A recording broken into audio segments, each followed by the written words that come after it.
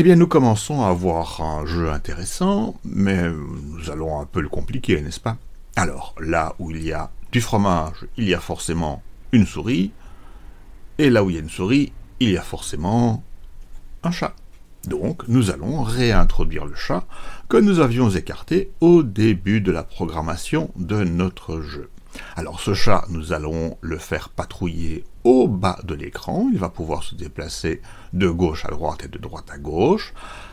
Et il va essayer d'attraper la souris. Lorsque le chat attrape la souris, le jeu est terminé, avant que le chronomètre n'ait indiqué la fin. On y va? Eh bien, on commence par ajouter le chat. Donc nous allons chercher le chat parmi les lutins disponibles. Alors soit vous le cherchez simplement en tapant 4, ou bien vous l'avez déjà repéré dans la liste des lutins. Voilà, ici je sélectionne donc le lutin chat. C'est parti. Alors je vais l'appeler chat plutôt que cat, puisque je parle français. Voilà, ce chat est un peu grand pour ma souris. On va rendre le jeu un peu plus difficile. Je vais diminuer la taille à 60%. Voilà. Et ce chat va donc patrouiller au bas de l'écran, de gauche à droite et de droite à gauche. On y va pour la programmation du chat? Alors, bien sûr, comme d'habitude, nous allons partir sur l'événement quand le drapeau vert est cliqué. Et nous allons utiliser le contrôle qui est de répéter indéfiniment. Indéfiniment quoi?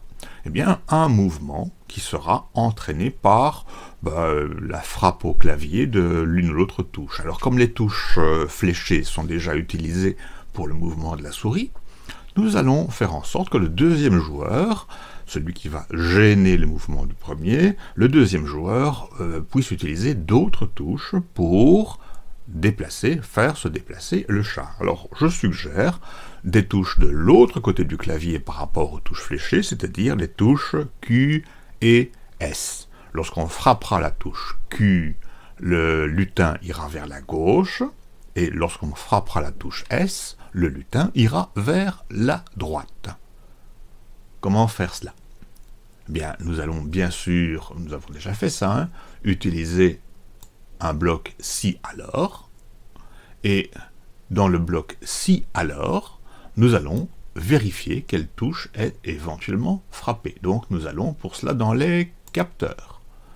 Dans les capteurs, alors la recherche de la touche est celle-ci. Alors ce n'est pas la touche espace que nous allons tester, mais c'est bien, pour aller à droite, disons, la touche S. Donc, je vais chercher la touche S. Que fait le chat lorsque la touche S est pressée? Eh bien, on va le faire avancer de quelques pas vers la droite. Donc, avancer de, mettons, 5 pas. Voilà. Donc, j'ajoute ceci dans mon bloc, et je peux immédiatement le tester. Donc je clique le drapeau vert, et si je frappe la touche S, effectivement, le chat se déplace vers la droite. Cependant il ne se passe encore rien, bien sûr, si je frappe la touche Q, je n'ai encore rien programmé.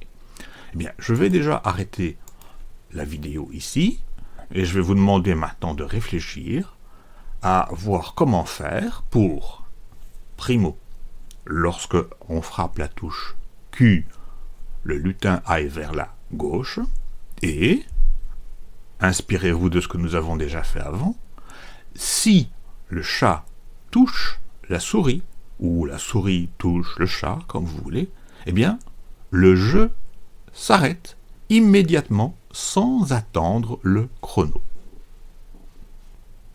Donc le jeu va donner quelque chose comme ceci. Je clique sur le drapeau vert, la souris va se mettre en mouvement et le chat se déplace vers la gauche ou vers la droite. La souris va bien sûr toujours chercher à manger les fromages, mais le chat se déplaçant, la souris doit être plus prudente. Voilà, alors je vais la rendre très imprudente, elle va se diriger vers le chat, et lorsqu'elle va toucher le chat, le jeu s'arrête. Beau travail!